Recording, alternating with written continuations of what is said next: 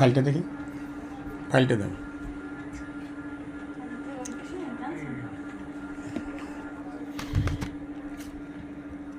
আসসালামু আলাইকুম প্রিয় ভাইরা।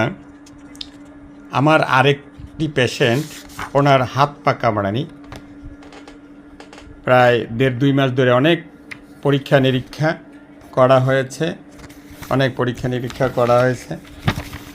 এই যে অনেক পরীক্ষা নিরীক্ষা, কিন্তু ঔষধ খাচ্ছে, অন্যান্য আছে, প্রায় 3 বছর ধরে ঔষধ খাচ্ছে, একটা মেডিসিন, মাইগ্রেন সমস্যায়।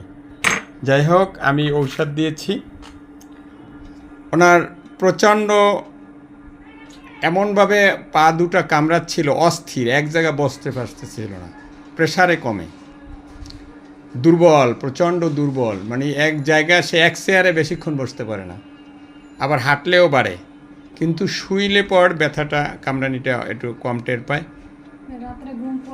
রাত্রে ঘুমাইলে পর একটু টের কম পায়, কিন্তু এই যে সারাদিন 24 ঘন্টায় মানে তার এই কামড়ানি পা, প্রচণ্ড প্রেশার দিলে পর একটু আরাম লাগে।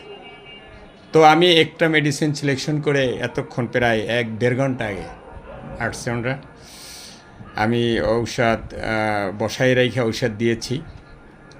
একটি ঔষধ, ওনার ঔষধ আসছে ম্যাগফস, ডাক্তারদের সুবিধার্থে ম্যাগফস ঔষধ দিয়েছি। এখন সে সুস্থ হয়ে বসে আছে, কামরানিটাও আগের চেয়ে এখন আরাম লাগতেছে।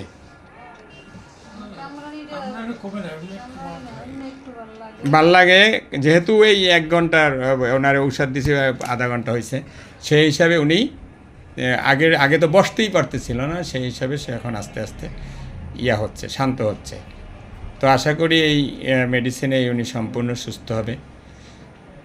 আসসালামু আলাইকুম, অসংখ্য ধন্যবাদ।